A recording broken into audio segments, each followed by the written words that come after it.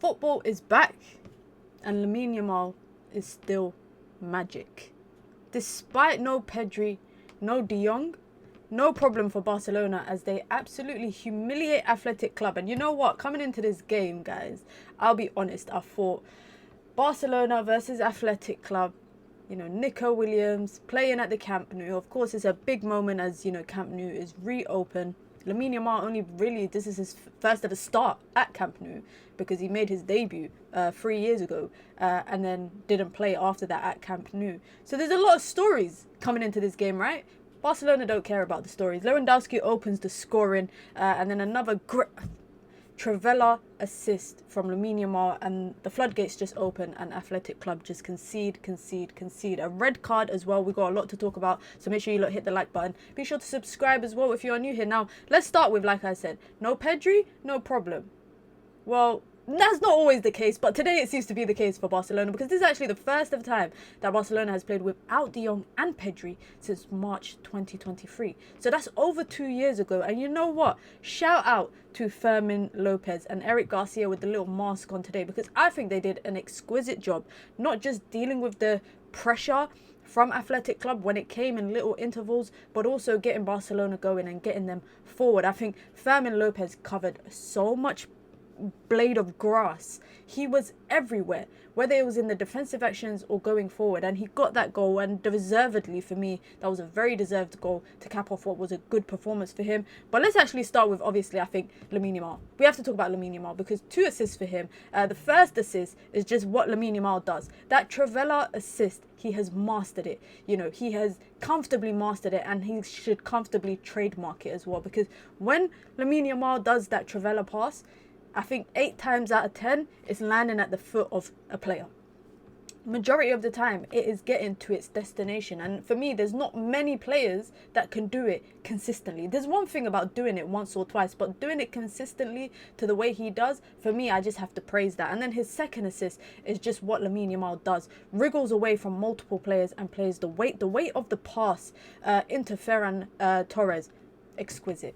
I can't really describe it in any other way. And this was a game that I saw some people online saying that Lamine Yamal's done nothing, you know, but leading up to his first assist, or in particular, and even after his first assist, people were not happy with what Lamine Yamal was doing. But for me, Lamine Yamal does not have to be on the score sheet to impact the game. And this is another game that has shown that as an example. He did not score, didn't really take many chances on goal either. I think he took 5 shots, which was, again, mainly in the box, but it wasn't threatening moments. But when he got the ball, I felt like today, more times, he was looking to find someone. And maybe with the absence of Pedri, different players realize that maybe they have to do something different, contribute different to what they would usually do. Because Pedri is, you know, the strings of the midfield, the strings of possession, you know, keeps the ball ticking, creates those chances into passages of play for Barcelona. So now, you know, Fermin is able to do it. Lamine has been doing it, but he did it consistently today. I mean, you're looking at the stats, and Lamine completed the most amount of dribbles in the game, which was 8, and he also won the most duels in the match, which was 9. He had Nico Williams and his fullback on toast. I mean, Nico Williams, for me, I have to speak about him because, of course, the big story coming into this game was obviously what happened in the summer. New deal with a big release clause signed for him. Koundé shut him up. Jules Koundé just shut him up, and he came off in the 56th minute. The manager said, you know what, Valverde said, you know what, I'm just going to take my main guys off because this game is about to be done. But Jules Koundé did exactly that, and it's not the first time, by the way, Jules Koundé has come up against Nico Williams and has shut him out of the game completely. The best chance landed to him, I think, in the first half, and he put it wide, a cutback across the box that he ran onto, and he hit the side netting. That was probably Nico Williams' only main chance of the game, really. But if we're talking about Barcelona's front line, I think the only person that I kind of have question marks about, and it's not really about his ability, it's more about what does he offer the team, is Dani Olmo. Because I think if there's a fit Rafinha, who obviously we saw him come on very, very briefly today, but if there's a fit Rafinha, if there's you know, an available Pedri, a fit Pedri, De Jong is available as well, I don't think Dani Olmo starts. I don't think he does. Then you got Ferran and Fermin Lopez, who I think both of them this season have offered a lot more. Maybe I'm being harsh on Dani Olmo, but I think that they've offered a lot more this season when they've played in comparison to maybe Dani Olmo. I think Lewandowski for me is just, one of the best strikers of this generation, of this era of football, right? Opens the scoring for Barcelona comfortably, left foot strike. But we have to speak about also Unai Simon, because that was a disastrous performance. Disastrous. But the two of the goals that Barcelona score, he gets a hand to it. He gets a hand to two of them, but it's just a very weak hand. And it's just a disastrous, in my opinion, performance from him. But for me, Yamal carried that front line when it comes to creating. But when it comes to netting and putting the ball in the back of the net, Ferran Torres has been exquisite for Barcelona. I think he's been scoring, 2 goals today. 2 goals, 2 great finishes. But it's teamwork goals. It's goals created by the team, because I think Barcelona, despite the fact that they have quite a few players missing in that front line, I think no matter who you put in that front line, you got Rashford out today, you got Rafinha that's just coming back. I feel like there's still a bit of cohesion in that front line. There's still a bit of understanding. There's still a bit of familiarity with the front line because they play together still, regardless of, who's available, etc., etc. I think Hansi Flick does good in rotating that front line, which allows them all to play with each other and understand each other. And I think, Ferran Torres, Fermin Lopez, Lamine Yamal, I think this season, in particular this game against Athletic Club, we're just all on the same page.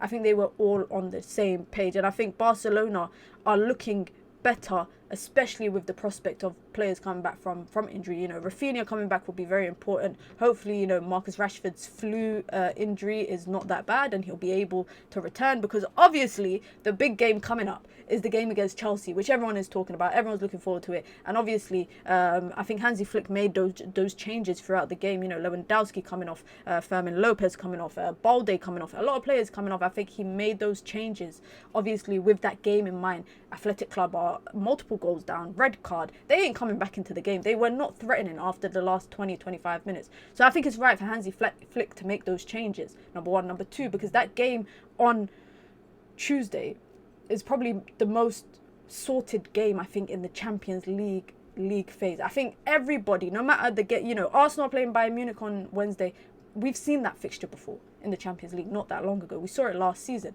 I think everybody is excited to see Chelsea versus Barcelona. And I am too, because Barcelona have this high line. Chelsea have these pacey players in their front line. Chelsea are a bit shaky defensively, but they're still doing well in the Premier League. I think this season they're doing pretty well under their manager.